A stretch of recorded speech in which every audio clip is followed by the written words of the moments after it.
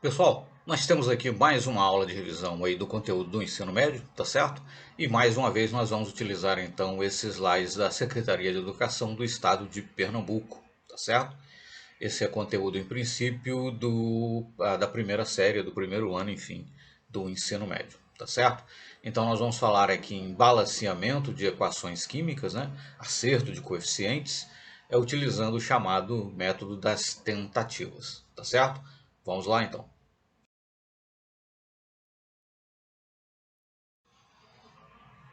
Bom, chamado método das tentativas, quer dizer, é um método algébrico, né? Só que você não está ali montando equações, né? Para definir quais são aí, ou para encontrar, né? Para calcular quais são os coeficientes estequiométricos. O cálculo, né? Você está fazendo mentalmente, mas no fundo é um método algébrico, né? Como não?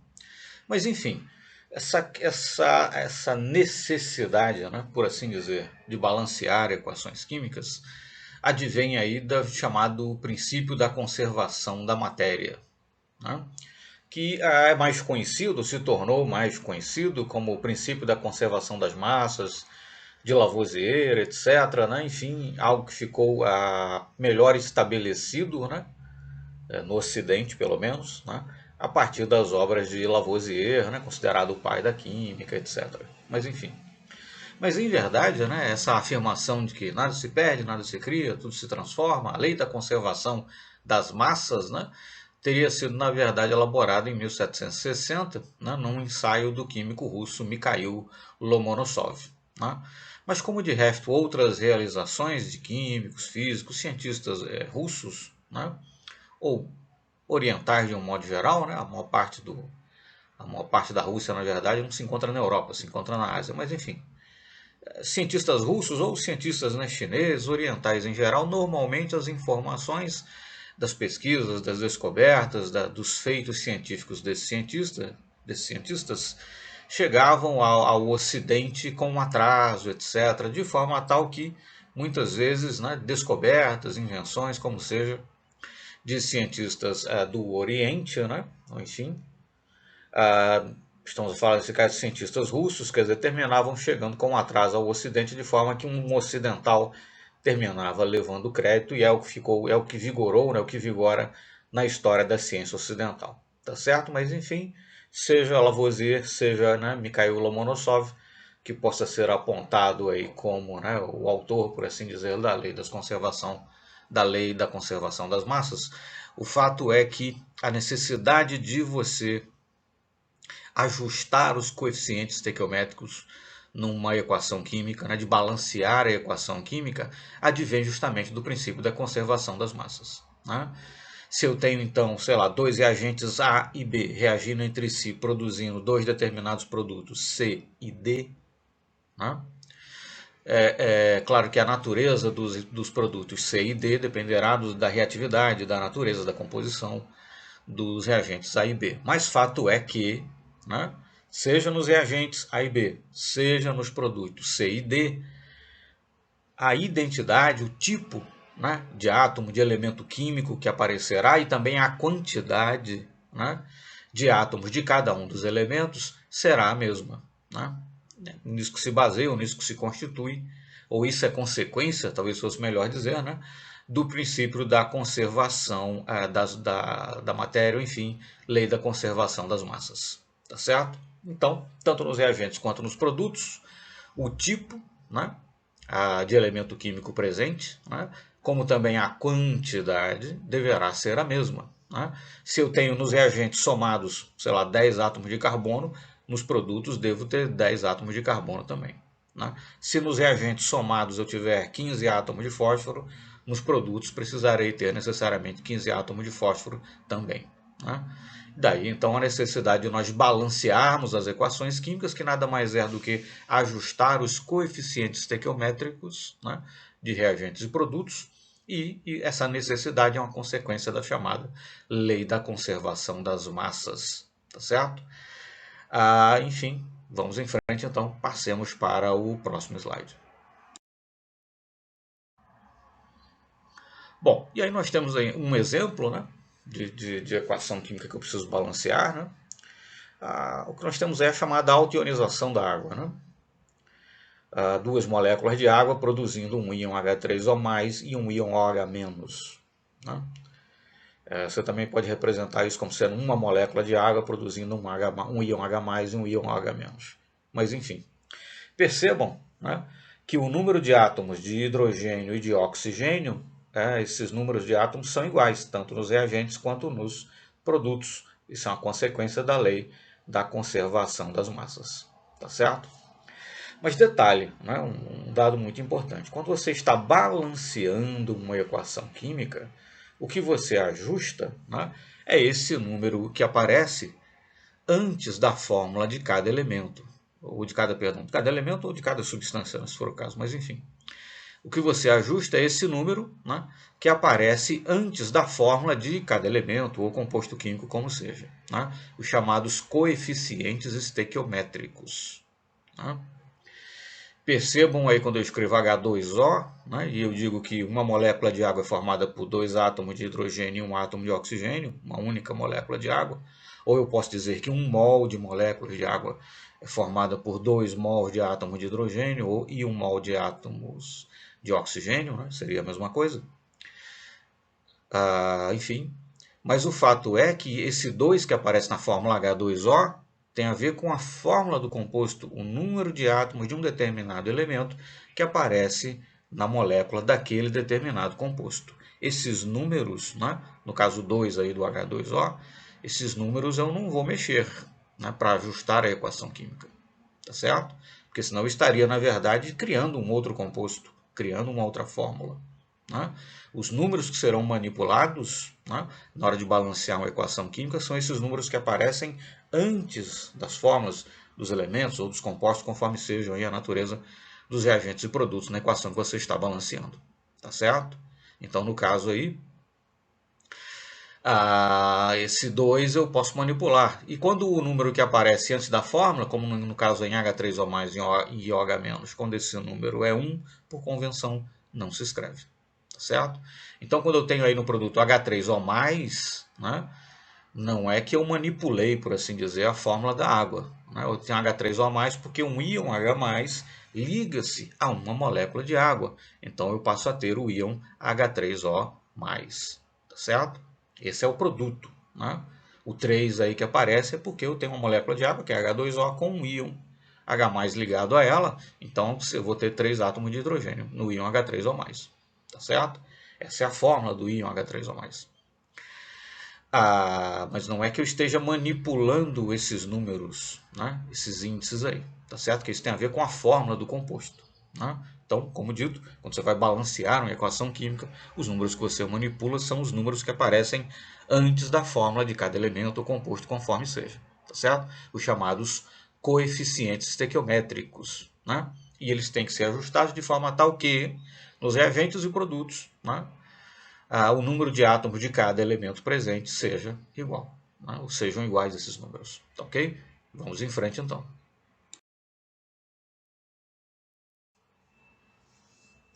Outro detalhe importante, né? Quando você vai balancear uma equação química, nesses números, né, que aparecem aí, por exemplo, né, nessa reação, né, hidrogênio reagindo com oxigênio, produzindo água. Né? Eu posso dizer que duas moléculas de hidrogênio reagem com uma molécula de oxigênio, produzindo duas moléculas de água, ou eu posso dizer que 2 mols de moléculas de hidrogênio reagem com 1 mol de moléculas de oxigênio, produzindo 2 mols de moléculas de água. Tá certo? Percebam que os números que aparecem aí em vermelho nos reagentes, em azul nos produtos, são os coeficientes estequiométricos, serão esses números aí que eu vou manipular. Tá certo? Sim, pessoal, nos slides aí tem, né, o texto, etc. e tal, que diz respeito ao conteúdo. A gente não vai ficar aqui lendo, né, slides, tá certo? Não teria sentido. Mas enfim, você pode parar o vídeo e ler, deve parar o vídeo e ler com calma, né, o conteúdo que está escrito, que está colocado aí nos slides. Tá certo? Mas enfim, perceba-se que nesse caso estamos a falar aqui de balanceamento das equações pelo método das tentativas, né? Que no fundo é um método algébrico, né? Só que você não chega a montar uma equação para tentar encontrar quem é o x, quem é o y, quem é o z, se for o caso, na sua equação. Né? Você termina fazendo isso mentalmente, né? Na base da tentativa e erro. Né? É claro que em equações em que apareçam, né, equações químicas nas quais apareçam poucos reagentes, poucos produtos, né, isso fica mais fácil. Mas em todo caso, mesmo quando aparece um número maior de reagentes e produtos, normalmente grande parte das equações você consegue balancear simplesmente utilizando o chamado método das tentativas, certo? E também detalhe, né, quando você vai trabalhar aí, enfim, ajustar os coeficientes estequiométricos, né, você normalmente vai utilizar o que? Números inteiros, né? Os coeficientes estequiométricos serão números inteiros, né? Enfim, embora se a equação estiver ajustada, em tese nada impede que sejam números fracionários, né? Enfim, mas em princípio números inteiros, né? Fica mais fácil de você calcular, né? Enxergar se realmente o número de átomos de cada um dos elementos é igual nos reagentes e produtos. Então normalmente você vai dar preferência a trabalhar com números inteiros e os menores números inteiros que fosse possível, o que seja possível, tá certo? Então você vai trabalhar sempre com números inteiros e, né, a menor relação aí, né, de números inteiros que seja possível. Nesse caso seria 2, 1, 2 e 1 nos reagentes e 2 nos produtos. Percebam que eu poderia pegar cada um dos coeficientes estequiométricos aí e dividir por 2, né? Então ficaria 1 para H2, 1 para H2O, mas aí ficaria meio para O2. Né? Meio é 0,5, evidentemente não é um número inteiro. Né? Mas tudo bem, não haveria nada de errado. Eu poderia dizer que 1 mol de moléculas de H2 reage com meio mol de moléculas de O2, produzindo 1 mol de moléculas de água. Dá na mesma, a proporção é a mesma. A proporção 2 para 1 para 2, né? Produzindo 2. A proporção 2 para 1 nos reagentes é o mesmo que 1 para meio. Né? Seria o mesmo de 4 para 2, enfim, a proporção é a mesma. Né? Só que eu vou trabalhar preferencialmente com números inteiros e, além disso, a menor relação possível de números inteiros. Né? Por isso, então, que a relação entre H2 e O2 é 2 para 1, por exemplo, não é 4 para 2. Ok? Enfim, vamos em frente.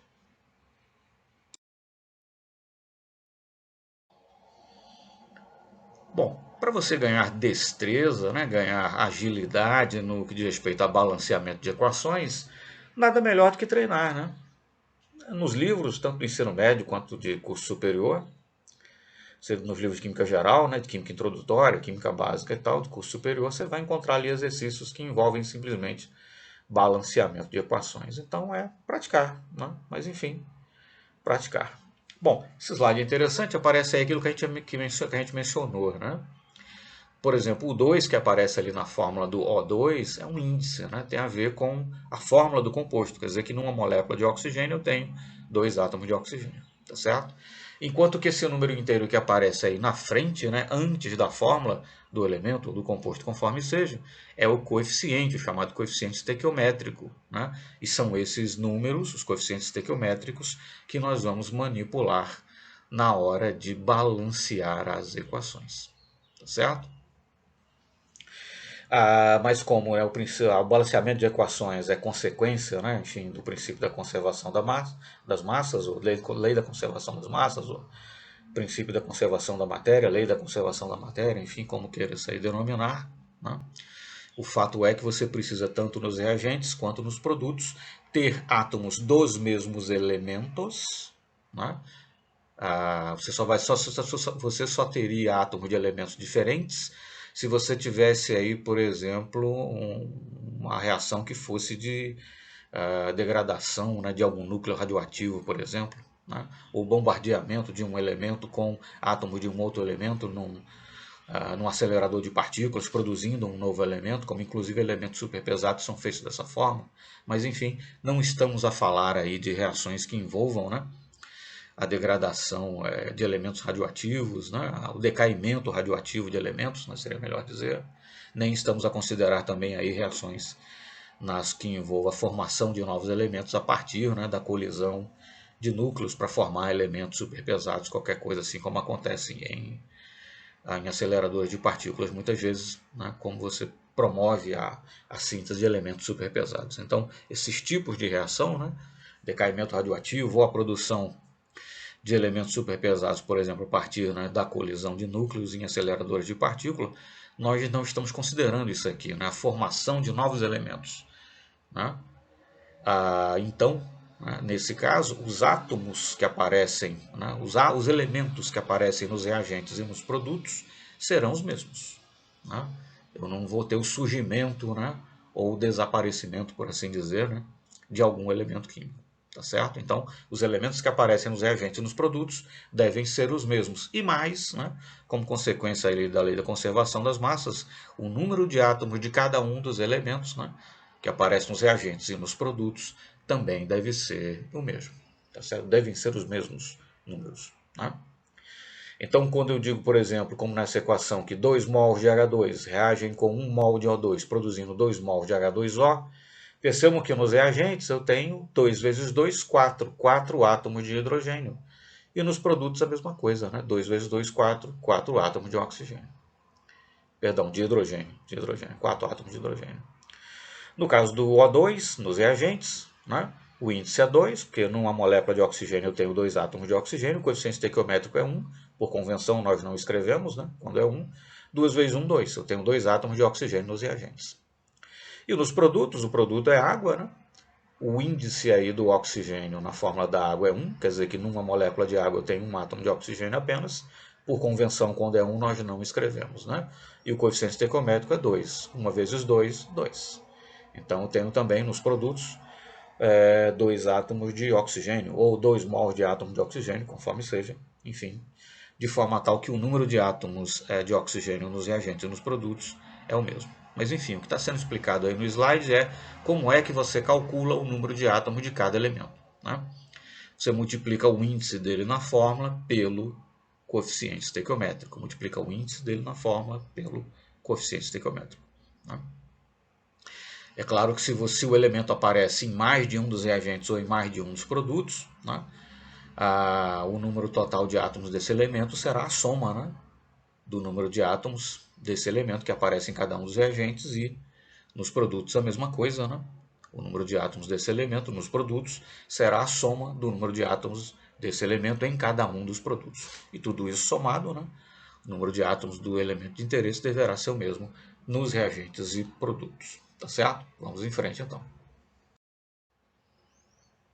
Bom, nesse slide você tem simplesmente aquela reação, né? 2 mols de H2 reagindo com 1 mol de O2, produzindo 2 mols de H2O, representado aí de uma maneira engraçadinha, digamos assim, né? Percebam que houve um erro aí de digitação, tá certo? Nos reagentes, essa seta vermelha que está aí no slide não aparece nos slides originais, foi eu que inseri para poder chamar a atenção aí para esse lapso aí que o colega cometeu, tá certo? Essa molécula aí com 2 átomos que aparece representada por essas carinhas aí de azul claro, né? Na verdade não é H2, é O2, né? Tá certo? É O2. Senão você não teria inclusive como formar água nos produtos, tá certo? Mas enfim, é simplesmente, né, representando cada átomo aí por uma esfera, né? Ou por um círculo, enfim, né?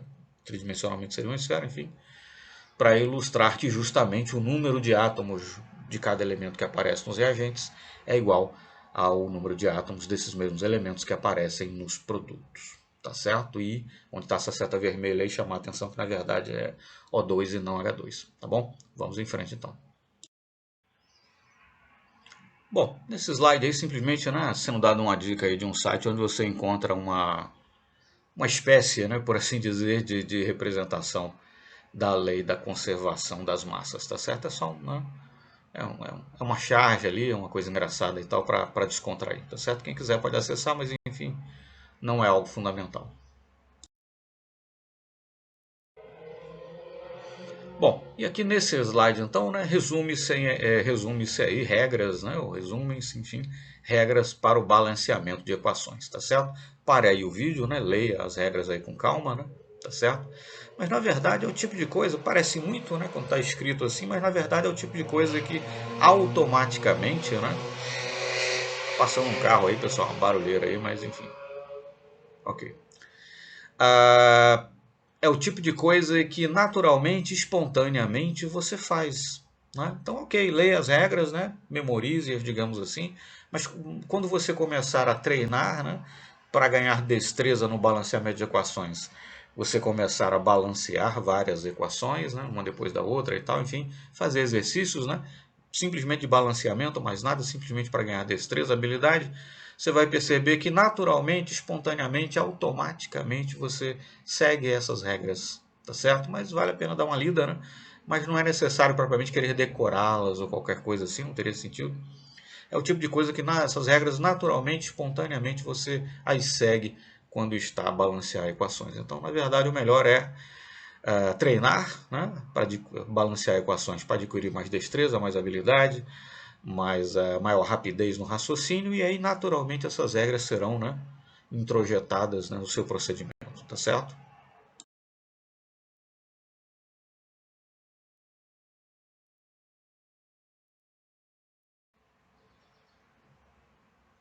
Bom, desse slide apenas, né, toma-se aí um exemplo, né, nitrogênio reagindo com hidrogênio, produzindo amônia, ilustrando então como é que você vai verificar se afinal o número de átomos de cada um dos elementos, se esses números são iguais nos reagentes e produtos. Né? Você vai multiplicar o índice pelo coeficiente, né, para cada um dos átomos, para cada um dos átomos ou para cada um dos elementos, né? E somar tudo isso, tá certo? E você verifica aí que no caso nitrogênio, né? Dois átomos de nitrogênio nos reagentes, dois nos produtos. No caso do hidrogênio, seis átomos de hidrogênio nos reagentes, seis átomos de hidrogênio nos produtos. A equação então está devidamente balanceada, mostrando que nitrogênio e hidrogênio se combinam na proporção 1 mol para 3 mols. Né?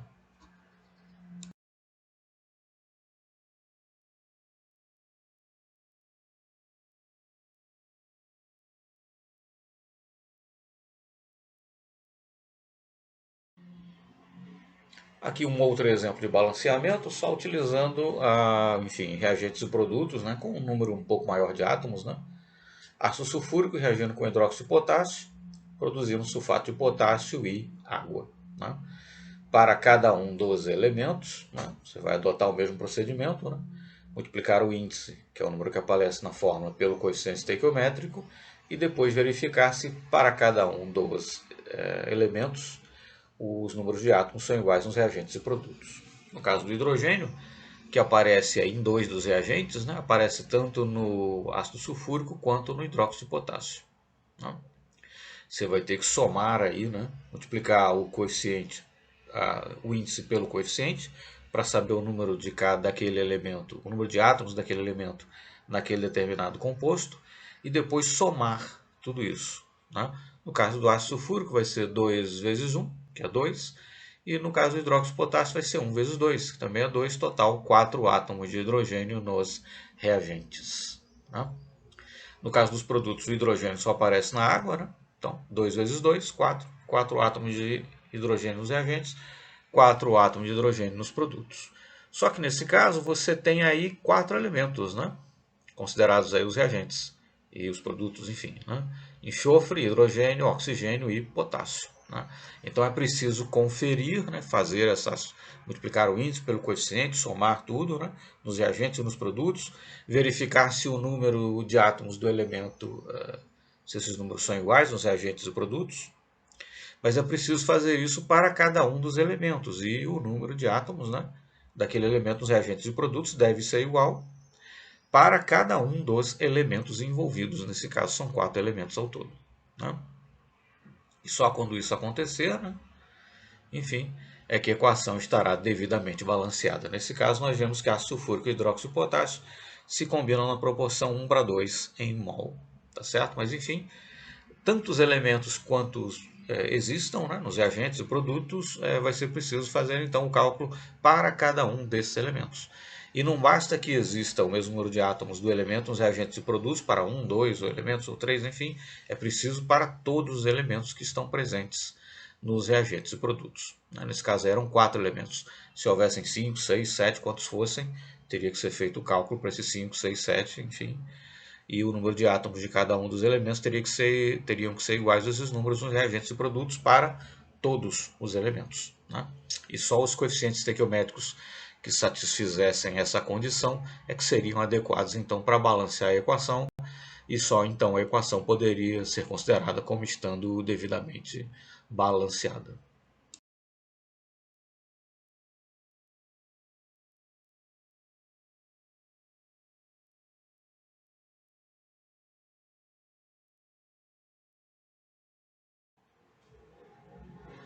Mais um exemplo, né? Perceba que são, enfim, exemplos aí em sequência. Nesse caso, o ácido fosfórico reagindo com hidróxido de magnésio. Né? Mas é preciso levar em conta, né? Enfim, por isso que o exemplo é elucidativo, né? Enfim, aquilo que nós dissemos, multiplicar os índices pelos coeficientes, né? Para saber o número de átomos de cada elemento nos reagentes e fazer da mesma forma nos produtos. Mas percebam que, por exemplo, no hidróxido de magnésio, quando eu escrevo MgOH, entre parênteses 2, eu estou dizendo que no hidróxido de magnésio eu tenho duas hidroxilas.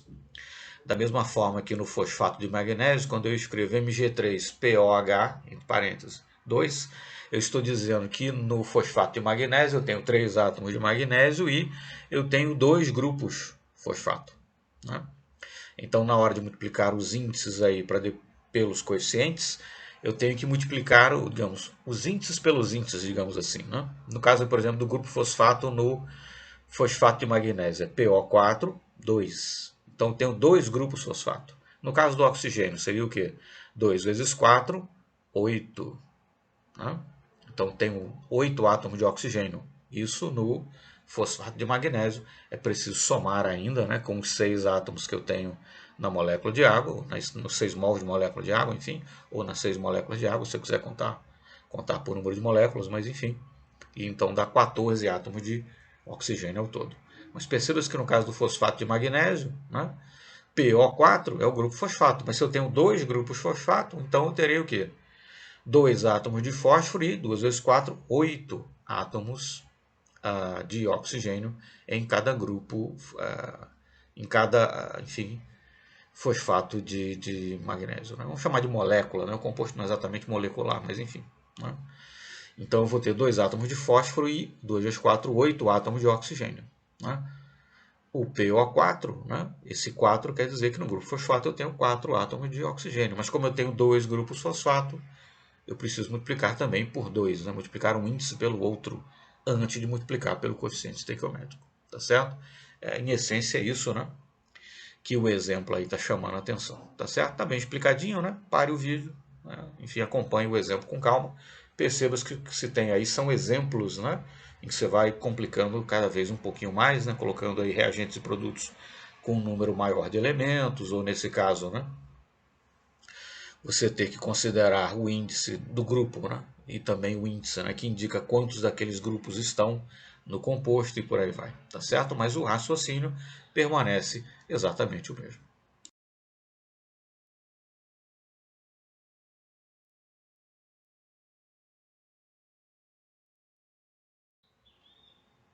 Aqui um outro exemplo, né? HCl reagindo com hidróxido de cálcio, produzindo cloreto de cálcio e água, enfim, o mesmo raciocínio, né? Multiplicar os índices pelos coeficientes estequiométricos, né? No caso aí da hidroxila, se eu tenho 2 hidroxilas, né? Então, um oxigênio e um hidrogênio que compõem a hidroxila, quando o índice, né? Assim como o coeficiente estequiométrico, quando é igual a 1, por convenção a gente não escreve. Mas, por exemplo, no hidróxido de cálcio eu tenho 2 hidroxilas. Então, eu preciso multiplicar o índice pelo índice. Né? 2 vezes 1, 2. 2 átomos de oxigênio. E 2 vezes 1, 2. 2 átomos de hidrogênio. Né? E eu tenho que fazer isso nos reagentes, nos produtos e depois comparar. O número de átomos de cada elemento deve ser igual nos reagentes e nos produtos, isso para cada um dos elementos. E apenas os coeficientes estequiométricos que satisfizerem essa condição, quer dizer, fizer com que o número de átomos de cada elemento seja o mesmo, tanto nos reagentes quanto nos produtos, apenas esses coeficientes estequiométricos é que estarão corretos e apenas nesse caso terei conseguido obter uma equação química devidamente balanceada.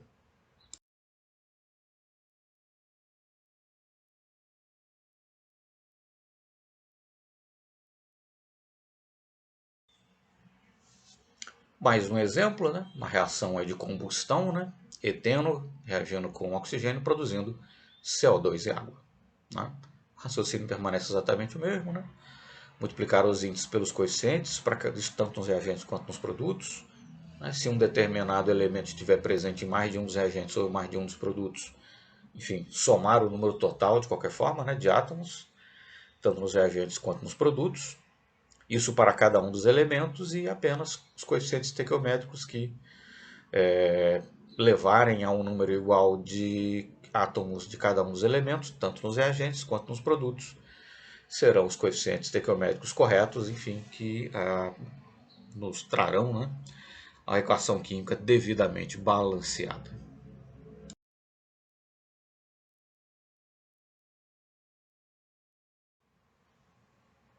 Aí um exemplo, né? Sulfeto de alumínio reagindo com água, produzindo hidróxido de alumínio e gás sulfídrico, ácido sulfídrico, enfim, H2S. Né? Enfim, pede-se que você realize como exercício. Né? Mas em todo caso, aí, os números que aparecem em vermelho, né? Enfim, são os coeficientes estequiométricos corretos. Né? Você pode conferir, né? Fazer aquela conferência aí, ver se o número de átomos de cada um dos elementos somados, né?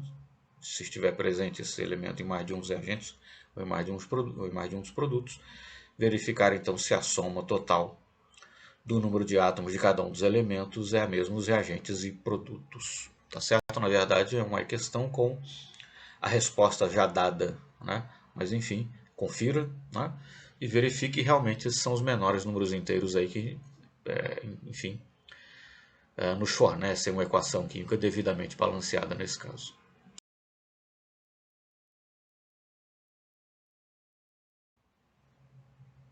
Mais um exemplo, né? Tá certo? Você pode reescrever aí a equação, né? H2S mais hidróxido de ferro, produzindo sulfeto de ferro e água, né? E aí, separadamente, fazer os cálculos e verificar, né, se concorda aí com a resposta que foi fornecida. Em todo caso, você pode também conferir, né?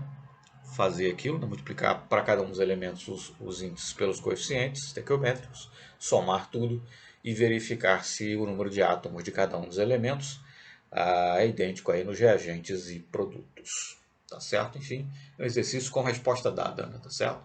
Vale a pena conferir.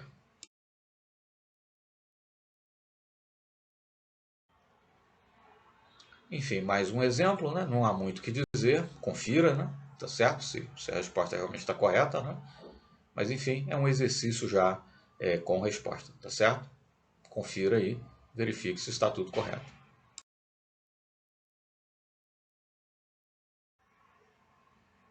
Mais um exemplo, né? Confira, treine, etc.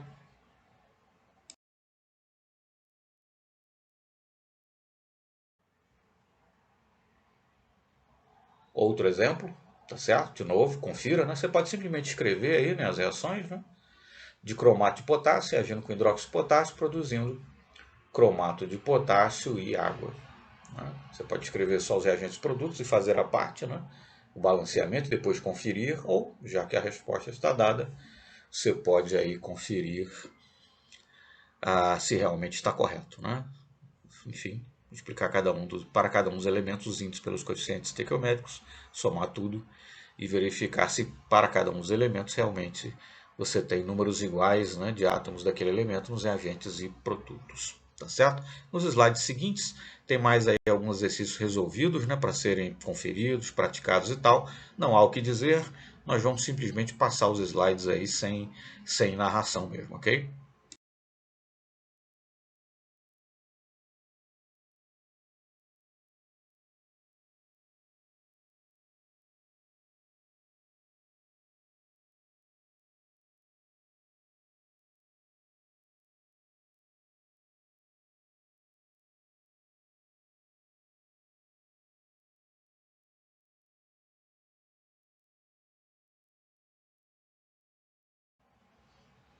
Bom, com isso então nós finalizamos, ok? Enfim, mais um exemplo aí, né? Sódio reagindo com o cloro, sódio, né? Metal alcalino, sólido, né? As condições padrão, reagindo com cloro no estado gasoso, produzindo cloreto de sódio. Tá certo? Mas enfim, ficamos por aqui então e até o próximo vídeo, então, até as próximas aulas.